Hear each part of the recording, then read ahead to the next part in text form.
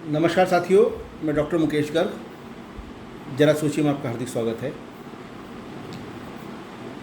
साथियों, अरविंद केजरीवाल के शासन का दिल्ली में अंत हुए हुए लगभग 100 दिन हो चुके हैं और हम इन 100 दिनों के अंदर अरविंद केजरीवाल की बात करना लगभग इसलिए भूल गए हैं कि उनके सारे जो घोटाले घपले थे वो दिल्ली से जुड़े हुए थे और वो पंजाब जाकर भगवंत मान की गोद में बैठ गए हैं इस उम्मीद में कि कल को वहाँ जो लुधियाना में एक विधायक के चुनाव होने हैं, जो एक सीट खाली हुई है, उस पे अपने जो राज्यसभा सांसद हैं संजीव अरोड़ा, उनको लड़ाकर चुनाव वहाँ से उनको जितवा कर उनको पंजाब में एक मंत्री बनवा कर और उनसे राज्यसभा की इस्तीफ़ा ले लिया जाएगा और बचे हुए 4 साल साढ़े 3 साल 4 साल जो उनके कार्यकाल के बचे हुए हैं, उतने में अरविंद केजरीवाल आम आदमी पार्टी से राज्यसभा में पहुंच जाएंगे और उनको वही इम्यूनिटी अवेलेबल हो जाएगी जो एज मुख्यमंत्री रहते हुए अवेलेबल थी। फ़िलहाल उनके पास कोई संवैधानिक पद नहीं है सिवाय इस बात के कि वो आम आदमी जो राष्ट्रीय पार्टी है उनकी, उसके वो राष्ट्रीय अध्यक्ष हैं और कोई भी उनके पास ऐसा ना पद है ना कोई उनके पास दायित्व है। ऐसे में अरविंद केजरीवाल के ऊपर जो चल रही केसेस हैं उनके अंदर यदि कोई भी आरोप तय होने लगे तो अरविंद केजरीवाल को किसी भी तरीके का कोई रिलीफ नहीं मिलने वाला। इसी कड़ी में जो उनके उप मुख्यमंत्री मनीष सिसोदिया हैं या उनके जो पूर्व स्वास्थ्य मंत्री हैं सत्येंद्र जैन, उनके ऊपर भी जो करप्शन के केस चल रहे हैं एंटी करप्शन ब्यूरो के अंदर, उनके ऊपर उनको वहाँ पे अपने स्टेटमेंट देने के लिए बुलाया जा रहा है बार बार। सत्येंद्र जैन तो जाकर अपने रिकॉर्ड दर्ज भी करा, अपने स्टेटमेंट रिकॉर्ड भी करा चुके हैं, लेकिन मनीष सिसोदिया जो 2000 करोड़ रुपए के क्लासरूम घोटाले के अंदर मेन एक्यूज़ड उसके अंदर अरविंद केजरीवाल भी हैं, उनको जो बुलाया जा रहा है लेकिन वो एसीबी में जाने से कतरा रहे हैं और पंजाब के अंदर अपनी व्यस्तता का बहाना देकर वो एसीबी में जाने से बच रहे हैं। मेरा मानना ये है कि जून के 15-17 तारीख में वहाँ पे इलेक्शन होना है लुधियाना में, उस इलेक्शन तक ये अपना टाइम काटते रहेंगे और सत्येंद्र जैन ने उनको बता भी दिया होगा कि एसीबी ने उनसे क्या क्या पूछा है,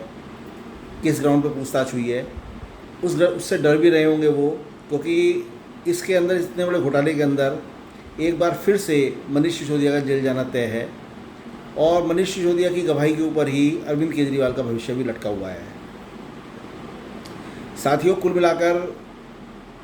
ये जो घोटाले पे घोटाले खुले हैं और जो ये सीएजी रिपोर्ट्स का हवाला सदन में रखा गया बार बार और उसके अंदर जो घोटालों की नींव रखी गई, उससे अरविंद केजरीवाल बुरी तरीके से स्तब्ध हैं, परेशान हैं। कैसे उनका छुटकारा होगा, कैसे वो इन समस्याओं से बाहर आएंगे, उनका भी शायद समाधान उनके पास भी नहीं होगा। लेकिन यदि किसी कारण से उनको दोबारा जेल जाना पड़ गया तो फिर उनका बाहर निकलना काफ़ी मुश्किल होगा। इसलिए मनीष सिसोदिया एसीबी के अंदर जाकर अपनी जो है गवाही नहीं दे रहे हैं, अपने बयान दर्ज नहीं करा रहे हैं और क्योंकि उनके बयान का कहीं ना कहीं लिंक अरविंद केजरीवाल से अवश्य जुड़ेगा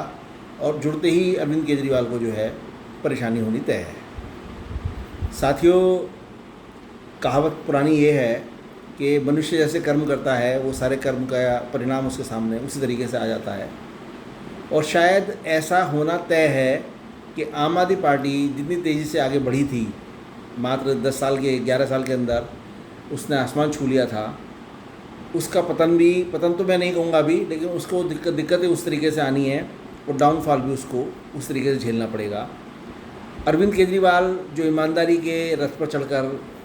दिल्ली के मुख्यमंत्री 2 बार बने, पंजाब के अंदर उनकी सरकार आई, भगवंत मान को उन्होंने वहाँ मुख्यमंत्री बनाया,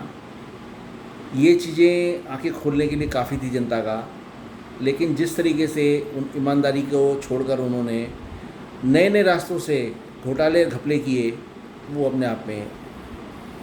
अतुलनीय हैं। साथियों, गवर्नमेंट प्राइसेस के अनुसार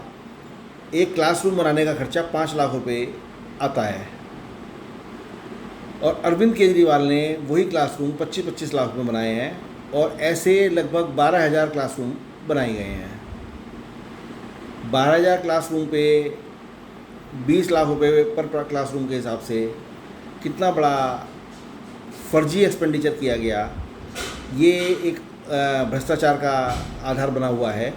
और इसके अंदर उनका बच निकल पाना, उनके साथियों का बच निकल पाना बहुत मुश्किल होगा। जरा सोचिए। साथ ही यदि मेरे विचार आपको उचित लगें तो कृपया मेरे चैनल को लाइक कीजिए, शेयर कीजिए और सब्सक्राइब कीजिए। धन्यवाद।